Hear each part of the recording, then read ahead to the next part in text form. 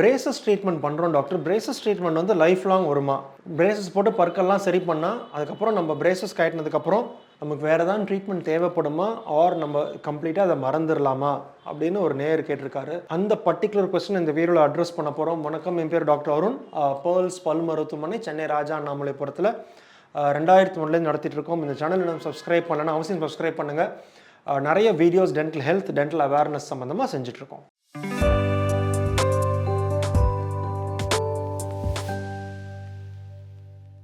இப்போது பிரேசஸ் எதனால் போகிறோம்? யூஸ்வலாக டூத் சைஸ், ஜா சைஸ் டிஸ்கிரிப்பன்சின்னு சொல்லுவோம். அப்படின்னா என்ன? பற்களோட சைஸும் தாடையோட சைஸுக்கும் வித்தியாசம் இருக்குது. இந்த வித்தியாசத்தை சரி பண்ணுறதுக்கு தான் பிரேசஸ் போட்டு பல்ல சரி பண்ணுவோம். ஒன்று, இந்த பற்கள்லாம் இண்டிவிஜுவலாக அமைக்கும் போது பற்களோட சைஸ் வந்து சின்னதாக இருக்குது, தாடை சைஸ் பெருசாக இருக்கும்போது பற்களுக்கு இடையே இடைவெளி இருக்கும், கேப்ஸ் இருக்கும் நிறையா. இதை நம்ம பிரேசஸ் போட்டு கேப்ஸை க்ளோஸ் பண்ணலாம். ஆர் பற்களோட சைஸ் அதிகமாக இருக்குது, தாடையோட சைஸ் குறைவாக இருக்குது. அப்படின்னா எப்படி இருக்கும்? பற்கள் ஒன்று மேலே ஒன்று க்ரௌடிங், ஒன்று மேலே ஒன்று இருக்கும். இந்த ஒன்று மேலே ஒன்று இருக்கிறத சரி பண்ணுறதுக்கு பிரேசஸ் போட்டு சரி செய்யலாம். ஆர் பற்களோட அலைன்மெண்ட், அதாவது பற்கள் எலும்பில் வந்து சீராக கரெக்டான அலைன்மெண்ட்டில் இல்லாமல் பற்கள் இன்னும் பற்கள் தூக்கிட்டு இருக்கிற மாதிரி இருக்குது இல்லையா?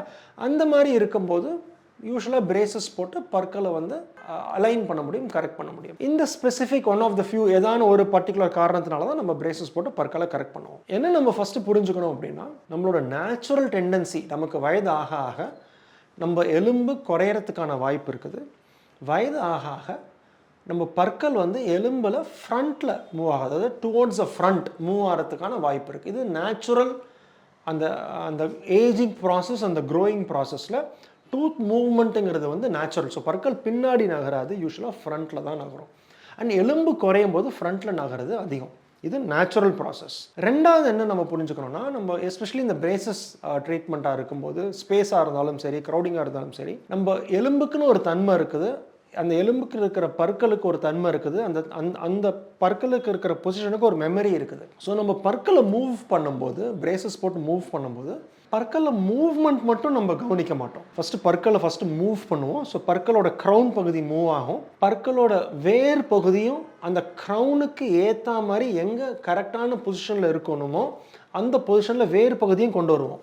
ஸோ வேர் தனியாக இருக்குது, அந்த க்ரௌன் பகுதி மட்டும் தனியாக இருந்ததுன்னா ஸ்டேபிளாக இருக்காது எலும்பில், அந்த பற்கள் திருப்பி நகர்ந்துடும். ஸோ வேரையும் கரெக்டான பொசிஷன், அந்த க்ரௌனுக்கு எந்த இடத்துல அந்த வேர் இருக்கணுமோ அந்த வேரையும் கரெக்டான பொசிஷனில் கொண்டு வந்து தான் ட்ரீட்மெண்ட்டை கம்ப்ளீட் பண்ணுவாங்க. இது ட்ரீட்மெண்ட் மட்டும் முடிக்க மாட்டாங்க.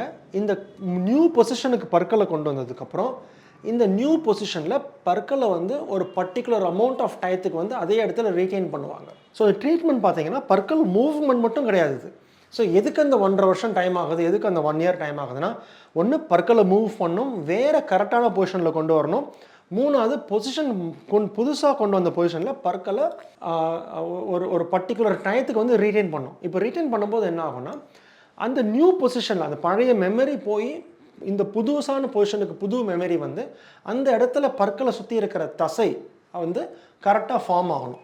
எலும்பும் ஃபார்ம் ஆகி எலும்பையும் பற்களையும் கனெக்ட் பண்ணுற தசையும் வந்து புதுசாக ஃபார்ம் ஆகும். இந்த புதுசாக ஃபார்ம் ஆன இடத்துல தான் நியூவாக வந்து எஸ்டாப்ளிஷ் ஆகும் மெமரி. ஸோ இதெல்லாம் நம்ம பண்ணாலும் நம்ம இந்த தாடை நம்மளோட பொசிஷனுக்குன்னு ஏற்ற மாதிரி எஸ்பெஷலி ஸ்பேஸிங் இருக்கும்போது பற்கள் திருப்பி நகர்ந்து ஸ்பேஸ் வரதுக்கான வாய்ப்பு இருக்குது. ஆர் இந்த தாடை எலும்புக்கும் நம்ம பற்கள் ஃபிக்ஸ் பண்ணதுக்கும் வந்து மேட்சிங் கரெக்டாக இல்லை. ஆர் நம்மளோட ஹேபிட்ஸ்னு சொன்னால் பற்கள் கடிக்கிறோமா, ஆர் நம்ம சில பேருக்கு எச்சம் முழுங்கும்போது நம்ம நாக்கு வந்து மேல் பல்லு கீழ் பல்லுக்கு நடுவில் இடையில இருக்கும். சில ஹேபிட்ஸ் நம்மளோட பழக்கத்தினால அந்த பற்களுக்கு வந்து ஃபோர்ஸ் கொடுத்து பற்கள் திருப்பி வந்து அந்த பொசிஷன் ரீலாப்ஸ் ஆகிறதுக்கான வாய்ப்பு இருக்குது. இந்த ரீலாப்ஸ் ஆகிறதுக்கான வாய்ப்பை வந்து குறைக்கிறதுக்கு தான் ரீகெய்னர்ஸ்னு போடுறோம். இந்த ரீகெய்னர்ஸ்னால் என்ன? பிரேசஸ் ட்ரீட்மெண்ட் முடிஞ்சதுக்கப்புறம் பற்கள் புது பொசிஷனில் இருக்குது. இந்த புது பொசிஷனில் பற்களை தக்க வச்சுக்கிறதுக்கான ஒரு சின்ன அப்ளையன்ஸாக ரீடெய்னர்ஸ். இந்த ரீடெய்னர்ஸ் ரிமூவபுளாக இருக்கலாம், ஒரு ஃபிக்ஸடாக இருக்கலாம். ஆனால் ரீடெய்னர்ஸ் ரொம்ப ரொம்ப முக்கியம். அண்ட் எந்த வயசில் நம்ம பிரேசஸ் போடுறோம், என்ன காரணத்துக்காக பிரேசஸ் போடுறோம், அந்த இடத்துல வந்து அதை பொறுத்து வந்து ரீடெய்னர்ஸோட டைம் ஃப்ரேம் வேரி ஆகும். சில பேர் வந்து 2 years to 3 years இருக்கும், சில பேர் வந்து up to 5 years இருக்கும். ஸ்பேஸிங் மாதிரி சிச்சுவேஷனில் வந்து பிரேசஸ் ஆல்மோஸ்ட் அந்த ரீடெய்னர்ஸ் வந்து லைஃப் லாங் இருக்கணும். எஸ்பெஷலி அடல்ட்ஸுக்கு பண்ணும்போது ரீடெய்னர்ஸ் வந்து இன்னும் ரொம்ப ரொம்ப வருஷம் யூஸ் பண்ணுற மாதிரி இருக்கும். ஸோ ரிலாப்ஸ் ஆகுமா, ஆறத்துக்கான வாய்ப்பு இருக்குது. அதை குறைக்கிறதுக்காக தான் நான் இந்த ஸ்டெப்ஸ்லாம் யூஸ்வலாக ட்ரீட்மெண்ட்டில் பண்ணுவோம். அண்ட் முடிச்சதுக்கப்புறமும் ரீட்டைனர் போட்டால் இந்த ப்ராப்ளம் திருப்பி ரெக்கர் ஆகாமல் இருக்கும். இந்த வீடியோ பிடிச்சிருக்கும்னு நினைக்கிறேன். அவசியம் லைக் பட்டனை ஹிட் பண்ணுங்கள். கொஸ்டின்ஸ் இருந்தால் கமெண்ட் செக்ஷனில் கமெண்ட் பண்ணுங்கள். சேனலை சப்ஸ்கிரைப் பண்ணுங்கள். அடுத்த வீடியோவில் சந்திக்கிற வரைக்கும் டாக்டர் அருண், பேர்ல்ஸ் பல் மருத்துவமனையிலேருந்து பேசுகிறேன். நன்றி, வணக்கம் அண்ட் தேங்க்யூங்க.